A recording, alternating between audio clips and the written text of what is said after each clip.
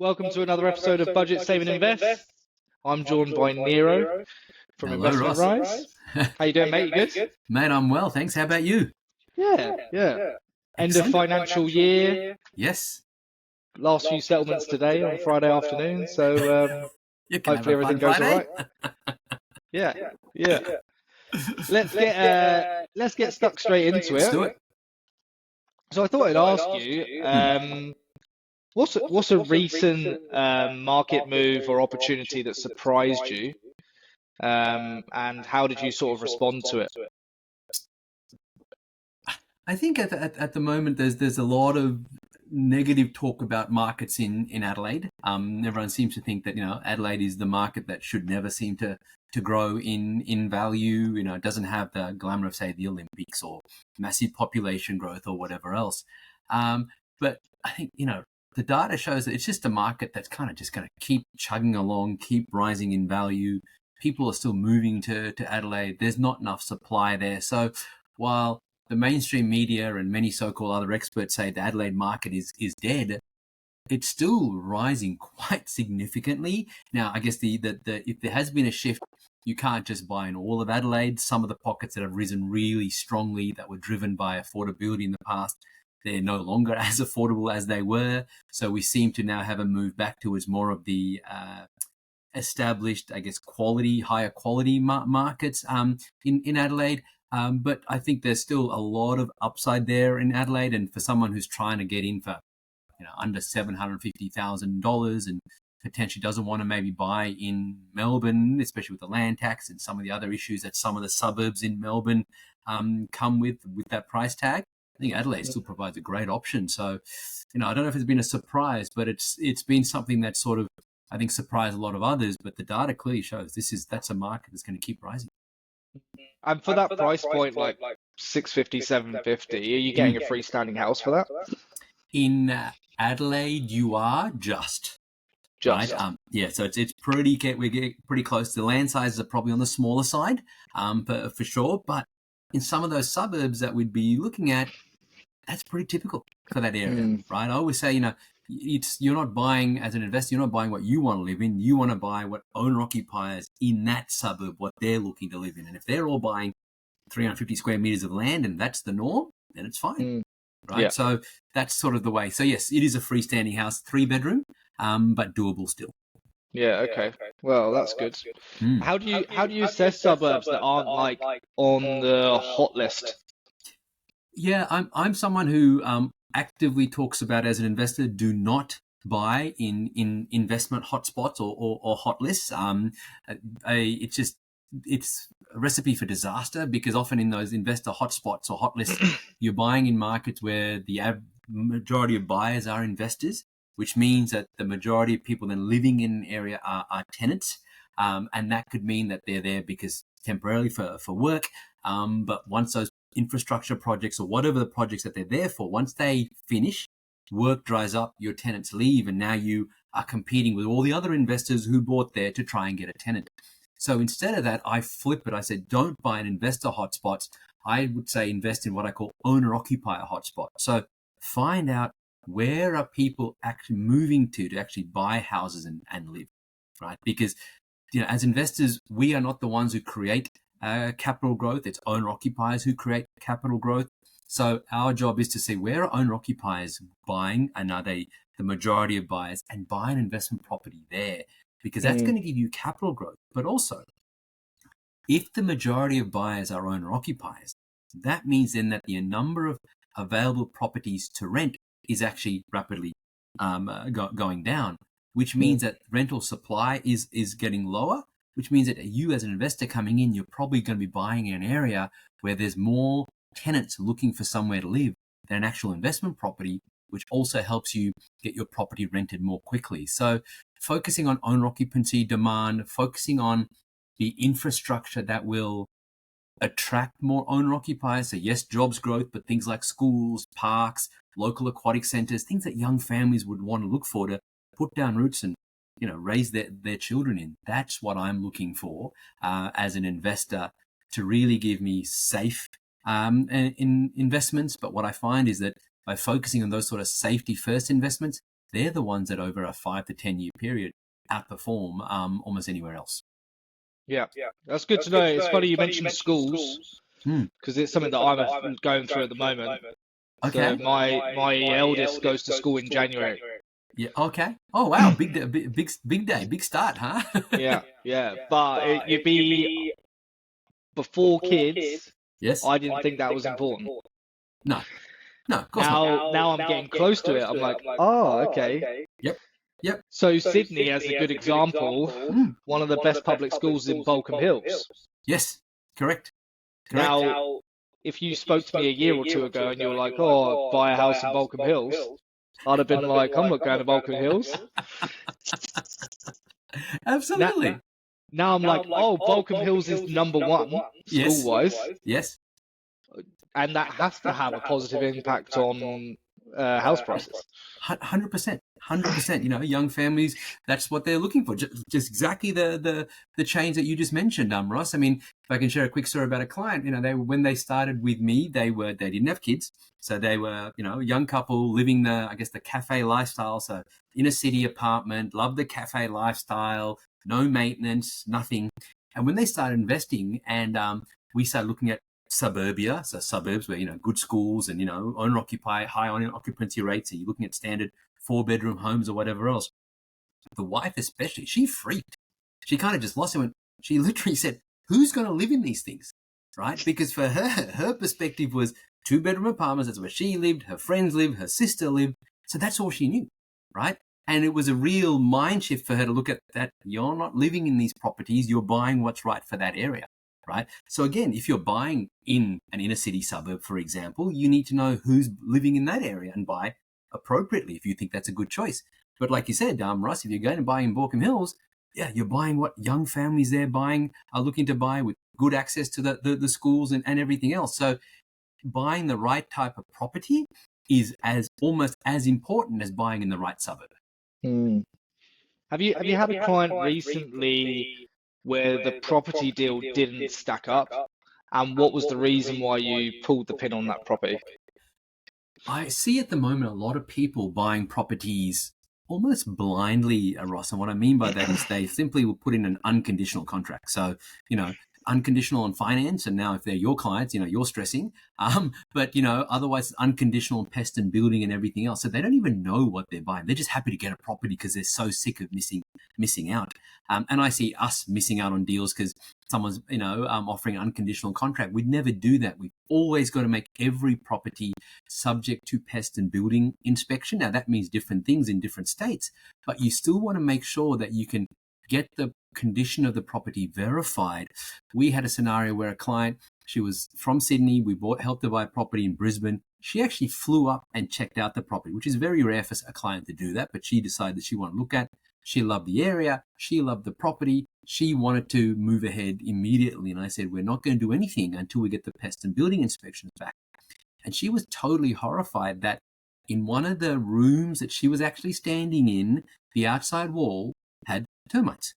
And she said she couldn't have mentioned anything, right? And it was actually quite extensive and there was, you know, a lot of work to be done. So we pulled the pin, right? So it is these sort of hidden costs that I see a lot of people not realizing. They just don't know what they don't know.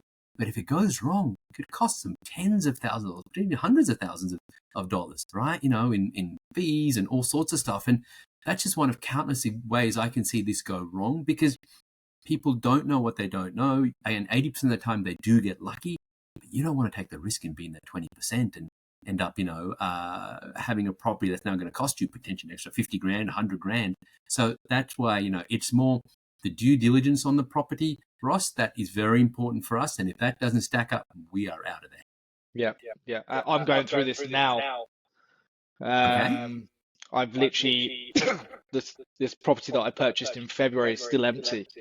After a full pest and building inspection, no termite activity, nothing. Okay. Found termites 30 days after settlement. What? How? Yeah. So the pest and building inspection had negligence issues in it.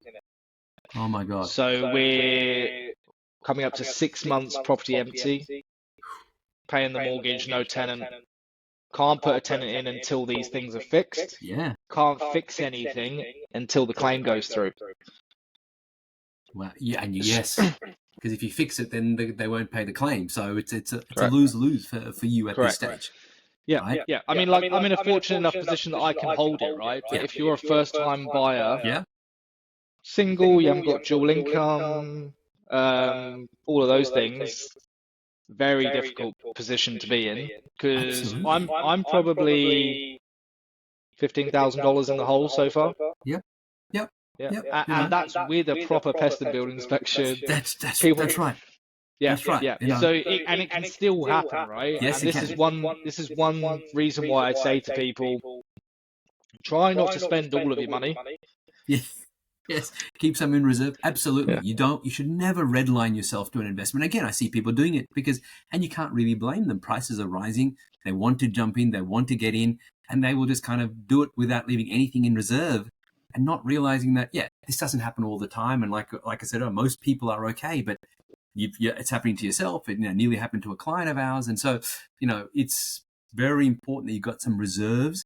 I see a lot of people now buying in Melbourne. Yes, the market in Melbourne is moving, but you've got to prepare yourself that in some of these suburbs in Melbourne, you're not going to get a tenant for 4 to 6 to 8 weeks, right? And you may have to pay $5,000, $10,000 in costs to make the property compliant in order to be able to rent it out, because Victorian state laws are very stringent on those sort of things. So if you're not aware of those things, first of all, get the right help, but make sure you've got some reserves there, because otherwise, like not everyone's in the position that you're in, Ross, where they can sort of hold a property for 4 or 6 months without a tenant.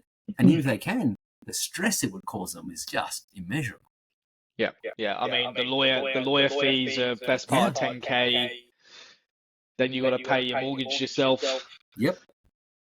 All the other things that go into it.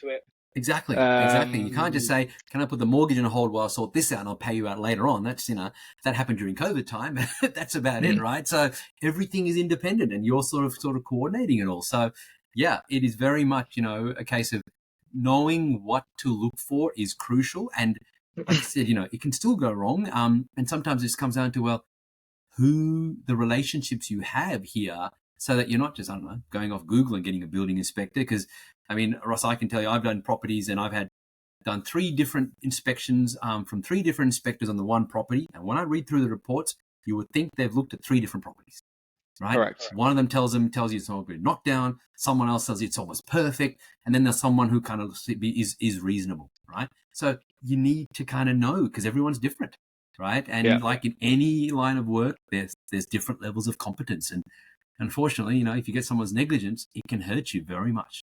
Yeah, I always advise clients, try and keep $10,000 to $20,000 per asset. Yep.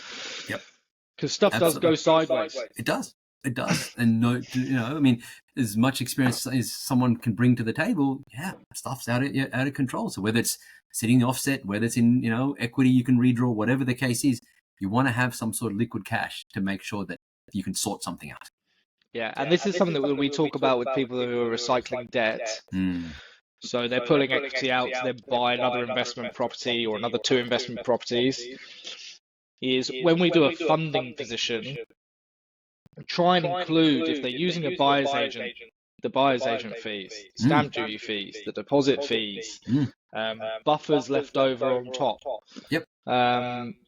So if we need 160 grand spend, we're probably going to release 180. Yep. And it's better to just sit there in the offset account than not have it at all. Absolutely. I'm the same. I just recently bought a property as well, and I released more than we need, just in case. Now I've bought countless properties, obviously personally. It's what we do on a day-to-day basis for clients, and even then, I'm still making sure I've got buffers in place. Right? It's crucial. Yeah. Great. I'm going to move on to some questions from our BSI members. Fantastic. Hello everyone, I have an investment property, a 4-bedroom townhouse that is negatively geared. I'm spending about $350 a week out of pocket. The townhouse is worth $950 and I owe $550 on it. I feel like after years of working my arse off and being able to pay out my ex-husband, I really just need a breather. I am considering the following options. Okay. Do I sell the property and invest the proceeds? Do I sell the property and buy a place to live in? Do I sell the property and buy an investment property in another state? Or do I do nothing? I know we're all strangers on the internet, but I'd appreciate your comments. So, does she mention there, Ross, is that townhouse, that's the primary place of residence, or is that investment? No, it's an investment property. Okay, it's an investment. Okay, so then I guess step one is going to be, what are you trying to achieve? Because one of the options there was potentially sell the investment property and buy your own home. Okay, but what debt position does that leave you with if you sell an investment and buy your own home? Okay, great, but now you've got a massive mortgage and you're potentially paying that off on your own. So that's something to consider. So you want to make sure your goals are right. I don't know how old this person is, how many more years they have in terms of a working life. So there are those things to consider. Number one. Then all the other options were essentially, do I sell? Do I sell? Do I sell? Without knowing the location, couldn't kind of advise on that, but it is one option. But even if you may not need to sell, because there's a significant amount of equity there. So if there's borrowing capacity, could you not take out maybe 200 grand of that equity and use it to then buy another property, keeping the townhouse? I mean, it's a 4-bedroom townhouse, so it's not small.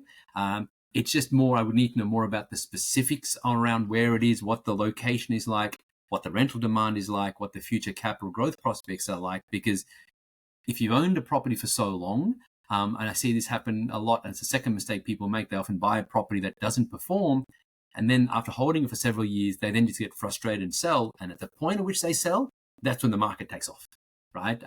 So because they get a buy and they go, oh, we've got a buy, not realizing that's the start of the demand curve going upwards. So it's a very hard question to kind of give a direct answer on, but number of options. Get clear on your goals, get clear on the actual property and what's going to do it for you, and then take it from there. And of course, third, your borrowing capacity. Could you buy another property by keeping the townhouse, or would you have to sell?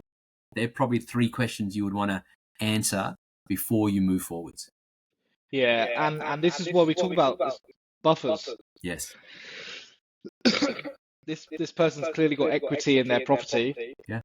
What's to say that we don't refinance, extract 50K, leave that in the offset account? This $350 a week that it's costing them, they could release 3 years worth of that $350, and they would have probably seen, if it's in a 5% growth area, 150 grand's worth of growth. That's it. Exactly.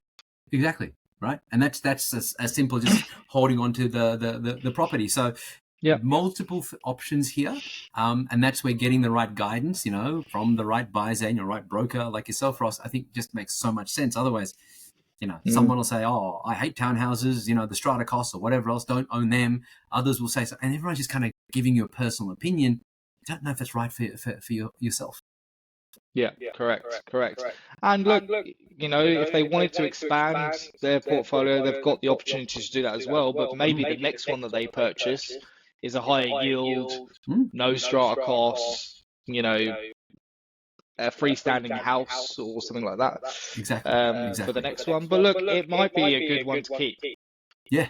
It's just how do you strategize holding on to it? That's right. Absolutely. Cool. Okay, right. Next one. My partner and I are looking to purchase a home or an apartment. Mm-hmm.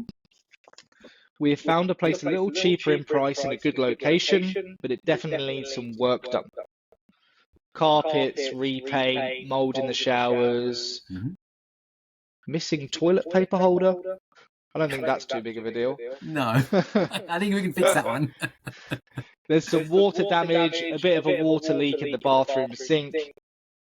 So there are some little repairs and a bit of decoration to be done by the looks of things. Okay. Balcony size is good. Oh, so it must be an apartment. Yep. Large living area, and the rooms are really a decent size. My question would be, better to have a lower mortgage and override or renovate and overtime renovate? No, better to have a lower mortgage and overtime renovate, or purchase a home that has a less maintenance, basically. Oh, okay. So this is a home purchase. I think there's probably two things to consider. Number one, your financial position. Is it better to have a lower mortgage? Most people would say yes, because then you can obviously either pay off that faster or potentially look to build a property portfolio faster outside of that. So that's something to consider. On the flip side, though, if this sort of apartment makes sense and you can spruce it up and get it looking like new, and that's something you're happy to do and happy to engage in, then maybe that might make sense as well. And then this is kind of something that you have really sort of started from the ground up and got it right. So there's the emotional side of things here versus the rational financial side of things, right? And so again, understanding what's most important to this person, I think is key for them in making the decision. Like if you ask different people, someone who likes renovating will probably say, well, just fix it and it's theirs and they know what's the quality is and everything else. Someone like me who personally doesn't like that, I wouldn't, right?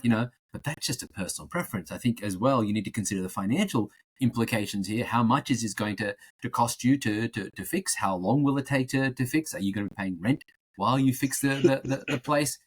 There are all the others. So it's the numbers on one side, the emotion on the other. Yeah, and you got to look at comparative sales in that block. Yep. So if this one's a bit run down, needs a bit of TLC, maybe it's had an owner-occupier in there for 30 years and it hasn't been redone for a while. Maybe it does just need 50 grand's worth of a spruce up and new carpets, paint the walls, and a bit of a bathroom tidy up. Yep. But if you're getting it at, I don't know, example, 600 grand, but there's apartments that sold recently for 750, renovated, you've got to do a bit of a cost exercise, haven't you? Exactly. So I said, you've got to look at the numbers to work out what's it going to cost you to buy, to fix, what value are you going to be? Because you don't want to, like you said, if spruced up apartments are sort of 750 and this one's selling for 700 but could cost you 100 grand, well, 700 plus 100 is 800 grand. You're actually 50k in the hole, right? Yeah. So it's the numbers on one side, and that's got to stack up first. And then, are you happy to do that, right? So there is both sides of the equation, but the numbers side, obviously, someone can help you with for this person. But obviously, what's the emotional side? That's for them to decide. Yeah. And also, what are you planning to do with this in the next 3 to 5 years? Yeah. Is it going to be an investment property? Are you planning on renting this out later and then upgrading yourself and doing it again? Or are you going to repeat this over and over and over? Or are you just going to end up selling it and then buying again? So, you've got to go through a full strategy. Exactly. I don't mind it. For first-time buyers, I don't mind a bit of a reno job. Get in there and paint it yourself and do all those things.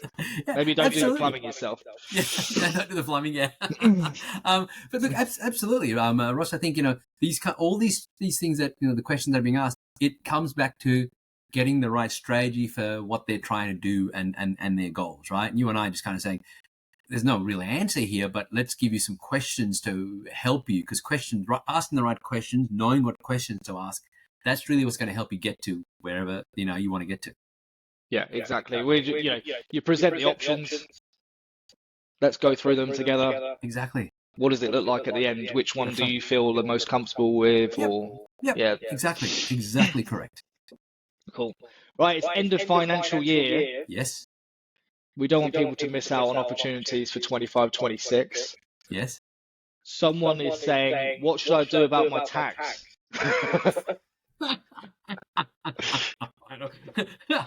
I'm not sure this is a question for us. Yeah, I'm not.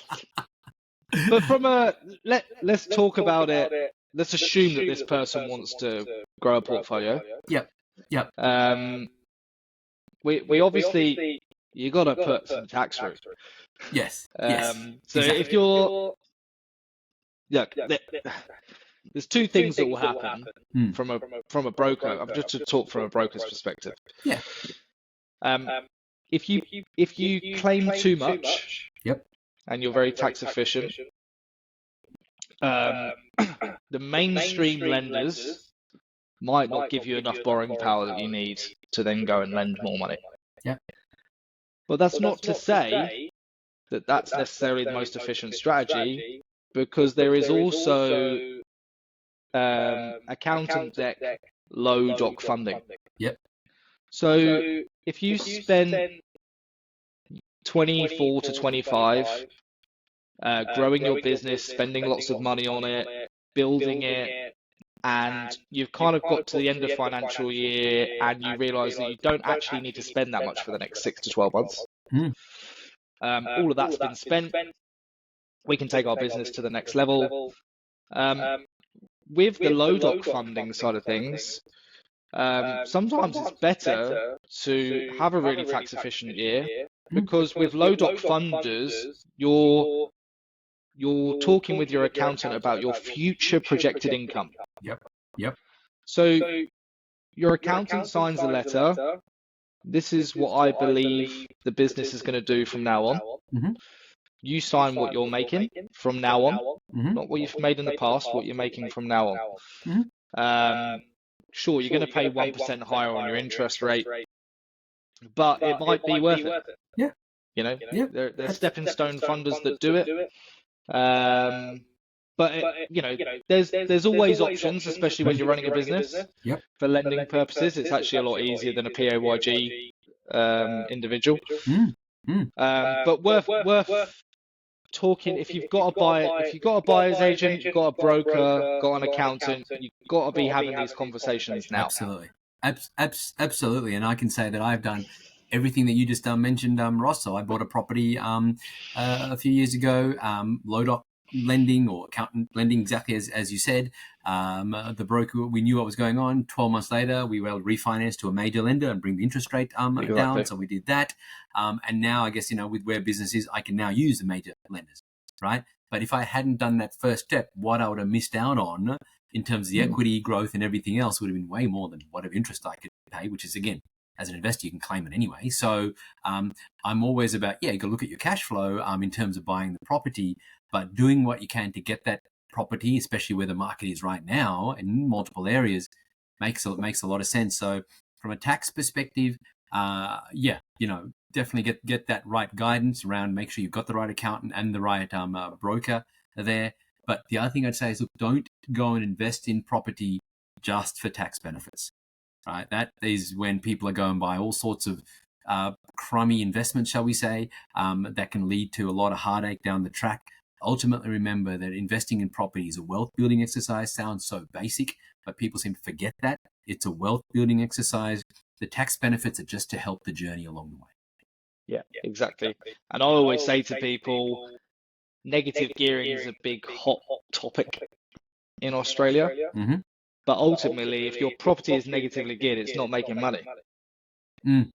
So you got one of my friends said this to me. It's a privilege to pay tax. Yeah, you're earning money. You're earning an income. Yes, because you're making money. Yeah, correct. Yep. If you're not making money and things are negatively geared, which during the journey is fine. Yep. When you reach 60 and you want to cash in on that, you don't want it to be negatively geared because you need it to make profit. So I think people forget that. Yep, they absolutely do, and I see people saying, "Oh, I can get a newer property, or something off the plan because I got more depreciation." I'm like, "Yeah, wonderful, but what's that costing you? Have you considered that?" Right? And it's not, because people go for the shiny. They make a lot of investment decisions based off shiny brochures. So again, focus on wealth building. Negative gearing is fine as a strategy, but at some point that has to change. At some point, so that's why you want to focus on areas where rents are rising as well as capital growth. So these are all the things that, you really want to do to build wealth and get to 60 or whatever your timeframes are, and be net positive in your wealth creation journey. Yeah, exactly. Cool. Well, we're going to wrap things up there. Perfect, Ross. Thanks, Niro. You. Absolute pleasure. We'll look forward to speaking to you again. Yeah, we'll catch you on the next one. See ya. Bye-bye.